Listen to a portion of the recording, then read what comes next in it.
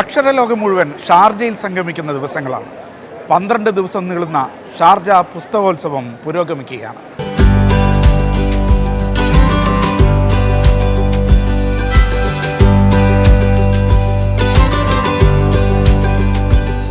വിവിധ രാജ്യങ്ങളിൽ നിന്ന് 2300-ലേറെ പ്രസാധകരാണ് ഇത്തവണ ഷാർജ അന്താരാഷ്ട്ര പുസ്തകമേളയിൽ പങ്കെടുക്കുന്നത്.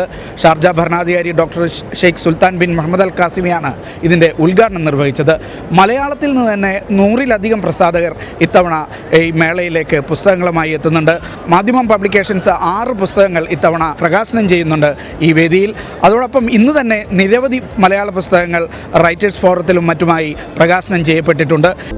ഉമ്മാക്ക് വേണ്ടിയാണ് സത്യം പറഞ്ഞാൽ ഞാൻ ആദ്യം തന്നെ വിദേശത്തേക്ക് പോകാനുള്ള ആഗ്രഹം വന്നത്. ഉമ്മയുടെ പൊരുത്തമാണ് എൻ്റെ ജീവിതത്തിലെ എല്ലാ വിജയത്തിനും കാരണം. ഞാൻ ആത്മാർത്ഥമായിട്ട് സന്തോഷത്തോടുകൂടി ഓർമ്മിക്കുന്നു.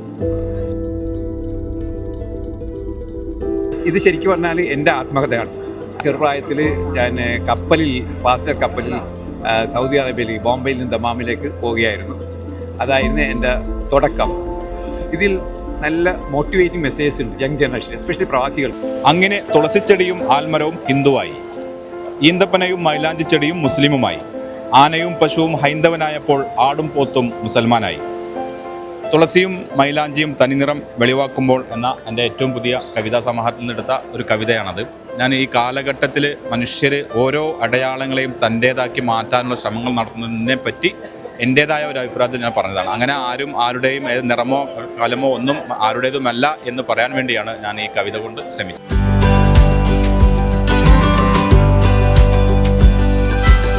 പുസ്തകങ്ങളുടെ മാത്രം ഒരു മേളയല്ല ഷാർജ പുസ്തകമേള. മലയാളികളെ സംബന്ധിച്ചോളം അവർ വർഷത്തിലൊരിക്കൽ കണ്ടുമുട്ടുന്ന ഒരു ഉത്സവ പറമ്പ് കൂടിയാണ് ഷാർജ പുസ്തകമേള. ഇതിൻ്റെ റൈറ്റേഴ്സ് ഫോറത്തിലും അതേപോലെ തന്നെ 7-ാം നമ്പർ ഹാളിലാണ് ഇന്ത്യൻ പ്രസാധകർ ഏറ്റവും കൂടുതലുള്ളത്. എൻ്റെ പുസ്തകത്തിൻ്റെ പേര് അക്ഷരക്കടലിലെ വേലിയേറ്റം. ഷാർജ അന്താരാഷ്ട്ര പുസ്തകോത്സവത്തിൽ ഇതിപ്പോൾ 7ാമത്തെ വർഷമാണ് ഞാൻ വരുന്നത് ഒരു മാധ്യമപ്രവർത്തകൻ എന്ന നിലയിൽ.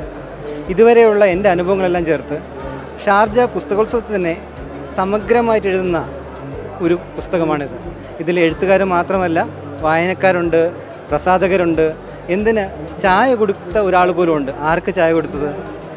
ഷെയ്ഖിന് ചായ കൊടുത്തൊരു കഥ ഈ പുസ്തകത്തിൽ അടങ്ങിയിരിക്കുന്നുണ്ട്. നമ്മൾ കണ്ണ് തുറന്ന് കാണാത്ത, അല്ലെങ്കിൽ നമ്മൾ ഈ ലോകത്ത് കാണാതെ അറിയാതെയും തിരിച്ചറിയാതെയും പോകുന്ന ഒത്തിരി ആൾക്കാരിൽ എന്നെക്കൊണ്ട് കാണാൻ പറ്റുന്ന, ഞാൻ കണ്ടറിഞ്ഞിട്ടുള്ള തിരിച്ചറിഞ്ഞിട്ടുള്ള വ്യക്തികളെക്കുറിച്ചും കാര്യങ്ങളെക്കുറിച്ചുമുള്ള പ്രതിപാദിക്കുന്ന പുസ്തകമാണിത്. കഴിഞ്ഞ 40 വർഷം ഖത്തർ പ്രവാസിയായിരുന്നു. എൻ്റെ ഖത്തർ 40 വർഷത്തെ പ്രവാസ ജീവിതത്തിൽ എനിക്കുണ്ടായ അനുഭവങ്ങളാണ്. മിഡിൽ ഈസ്റ്റിലുണ്ടായിരുന്ന അനവധി യുദ്ധങ്ങൾക്ക് സാക്ഷിയായിട്ട് വന്നു.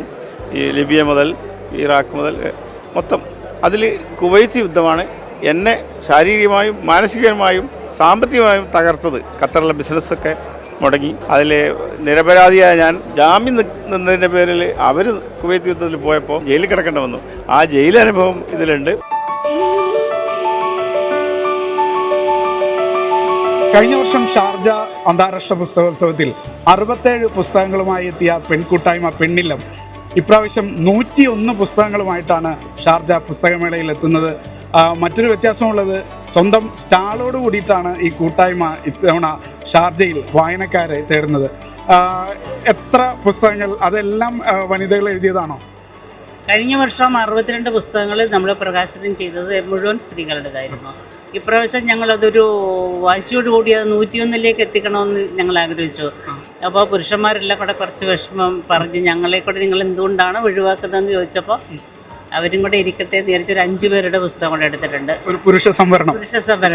അപ്പോൾ 96 സ്ത്രീകളും 5 പുരുഷന്മാരും അടക്കം 101 പേരാണ് ഞങ്ങൾ. എൻ്റെ പേര് ലൈബ സീനത്ത്. ഞാനൊരു 10ാം ക്ലാസ്സിൽ പഠിക്കുന്ന ഒരു വിദ്യാർത്ഥിനിയാണ്. ഇത് എൻ്റെ ഫസ്റ്റ് പുസ്തകമാണ്, the poems I never meant to write. ഈ പുസ്തകത്തിൽ 40 കവിതകളുണ്ട്. ഞാനൊരു 7ാം ക്ലാസ് മുതൽ എഴുതിയ കവിതകളെല്ലാം കൂട്ടിയിട്ടാണ് ഞങ്ങൾ ഇത് ഉണ്ടാക്കിയത്. ഒരിക്കലും എഴുതപ്പെടാൻ ഇഷ്ടപ്പെടാത്ത കവിതകൾ എന്നാണല്ലോ അതിൻ്റെ അർത്ഥം. പിന്നെ എന്തിനാണ് എഴുതിയത്? ഇതിങ്ങനെ എഴുതി പുറത്തു വരുന്ന ഞാനും വിചാരിച്ചിട്ടില്ല. ഇത് ഞാൻ ഒരിക്കലും ഒരു കവിത എഴുതണം എന്ന് വിചാരിച്ചിട്ട് എഴുതിയ ആളല്ല. ഇതിങ്ങനെ അവിടെ ഇവിടെയും കുത്തിക്കുറിച്ചിട്ട് കുറച്ച് കവിതകൾ ഒക്കെ എടുത്തിട്ട് ഇങ്ങനെ ആക്കുന്നതിന് എനിക്ക് തോന്നിയത്. ഇപ്പം ഞാൻ എഴുതാൻ വിചാരിച്ചുകൊണ്ടോ പബ്ലിഷ് ചെയ്യാൻ വിചാരിച്ചുകൊണ്ടോ എഴുതിയതല്ലല്ലോ. അപ്പോൾ ഇങ്ങനെ ഒരു പേര് കൊടുക്കാമെന്ന് തോന്നി. ആരാണ് ഇത് പബ്ലിഷ് ചെയ്യണം എന്നുള്ളതിന് ഒരു പ്രചോദനമായത് എൻ്റെ സ്കൂളിൽ തന്നെയാണ്. എനിക്ക് അവിടെ നിന്നാണ് ഏറ്റവും കൂടുതൽ സപ്പോർട്ട് കിട്ടിയിട്ടുള്ളത്.